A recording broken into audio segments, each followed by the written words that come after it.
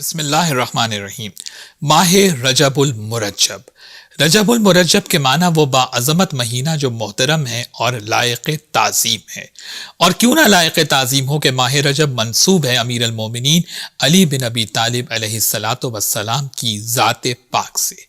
مولا کائنات علی علیہ السلام ارشاد فرماتے ہیں رجب شہری و شعبان شہر رسول اللہ و شہر رمضان شہر اللہ عز و جل۔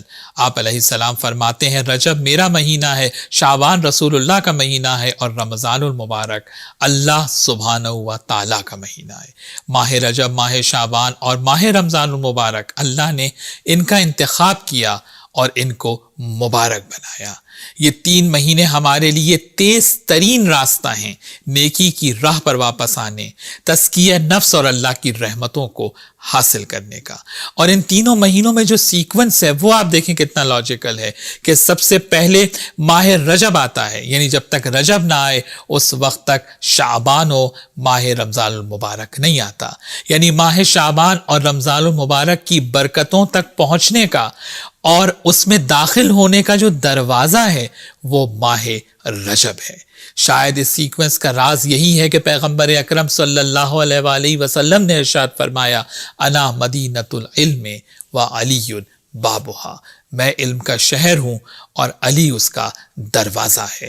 یعنی جو ماہ شعبان اور ماہ رمضان المبارک کی رحمتوں اور برکتوں کو حاصل کرنا چاہتا ہے تو وہ وہاں تک پہنچ ہی نہیں سکتا جب تک کہ وہ رجب کی رحمتوں کو نہ حاصل کرے اور اہل بیت علیہم السلام سے توسل نہ کرے۔ رجب مومن کے لیے بہار کا مہینہ ہے، رجب مومن کی روح کے کھلنے کا مہینہ ہے۔ روایات معصومین میں ہے کہ اللہ اس ماہ میں اپنی رحمت کو تیز برسات کی طرح نازل کرتا ہے۔ معصومین علیہم السلام کی ولادت و شہادت کی تاریخیں سب سے زیادہ اسی ماہ میں ہیں۔ یکم رجب 5ویں امام کی ولادت ہے، 3 رجب امام علی نقی الہادی علیہ السلام کی شہادت ہے، پھر 5 رجب امام علی نقی علیہ السلام کی ولادت ہے، 10 رجب امام محمد تقی جواد علیہ السلام کی ولادت ہے، اور پھر 13 رجب مولا کائنات امام المتقین علی بن ابی طالب علیہ السلام کی ولادت بیت اللہ خانہ کعبہ میں ہے۔ 15 رجب ایک روایت کے مطابق شہزادی زینب سلام اللہ علیہا کی شہادت ہے۔ 24 رجب کو خیبر کے میدان میں رسول اللہ صلی اللہ علیہ وسلم نے مولا علی کو علم دیا اور خیبر اسی تاریخ کو حضرت علی علیہ السلام کے ہاتھوں فتح ہوا۔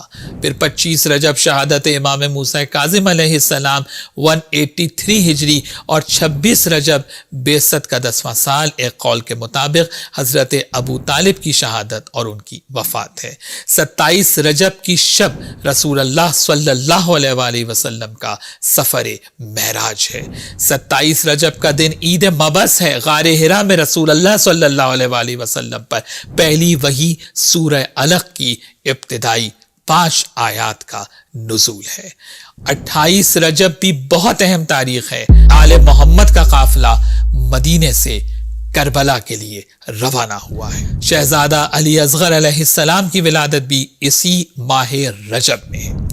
اس مہینے میں جو خاص اعمال ہیں اس میں سب سے پہلے کلمہ لا الہ الا اللہ کو زبان پر جاری کرنا ہے۔ روایات میں ہے کہ ماہ رجب اللہ کی حمد و ثنا اور کبریائی کو بیان کرنے کا مہینہ ہے، دل میں دہرایا جائے یا زبان پر جاری کیا جائے۔ سورہ توحید کی تلاوت ہے۔ تیسرا عمل امام جعفر صادق علیہ السلام پیغمبر اکرم صلی اللہ علیہ وآلہ وسلم کی حدیث بیان فرماتے ہیں کہ آپ نے ارشاد فرمایا کہ میری امت کے لیے یہ استغفار اور توبہ کا مہینہ ہے، اور جتنا ممکن ہو سکے اس ذکر کو زبان پہ انسان ماہ رجب میں جاری کرے، استغفر اللہ و اسألہ التوبہ۔ چوتھا عمل جس کی سب سے زیادہ ائمہ معصومین علیہ السلام کی طرف سے تاکید ہے وہ ماہ رجب میں روزہ رکھنا ہے۔ امام جعفر صادق علیہ السلام ارشاد فرماتے ہیں جو ماہ رجب میں ایک روزہ اگر رکھ لے تو وہ سکرات الموت کی سختیوں اور عذاب قبر سے محفوظ رہے گا، زندگی میں سال بھر وہ آفات اور بلاؤں سے محفوظ ہو جائے گا، آخرت میں اللہ اس سے جہنم کی آگ کو دور کر دے گا۔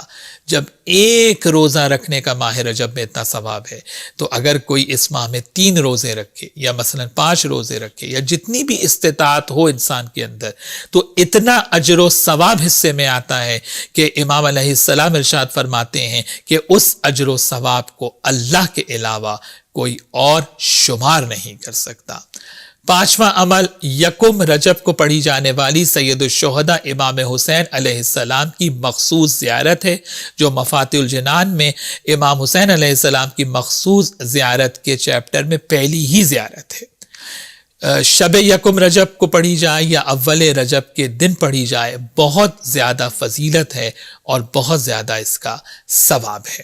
6واں عمل رجب کی مخصوص دعائیں ہیں، یہ بھی مفاتیح الجنان میں اعمال رجب کے چیپٹر کے اندر موجود ہیں۔ ان دعاؤں میں ایک دعا جو امام جعفر صادق علیہ السلام نے تعلیم فرمائی، اور امام علیہ السلام ارشاد فرماتے ہیں جو دنیا اور آخرت کے فوائد حاصل کرنا چاہتا ہے وہ ماہ رجب میں اس دعا کو پڑھے، جو دعا یہاں سے شروع ہوتی ہے یا من ارجو ہو لکل خیر، اور یہاں سے لے کر آخر دعا تک جو شیخ عباس قمی نے مفاتیح الجنان میں بھی اس کو ماہ رجب کی دعاؤں کے چیپٹر میں نقل کیا ہے۔ ماہ رجب میں ہر واجب اور مستحب نماز کے بعد انسان کوشش کرے کہ اس دعا کو پڑھے۔ اس کے علاوہ شیخ عباس قمی نے مفاتیح الجنان میں ماہ رجب کے مشترکہ اعمال کے چیپٹر میں خاص نمازوں کا بھی ذکر کیا ہے، جس کو وہاں آپ دیکھ سکتے ہیں۔ اشہد ان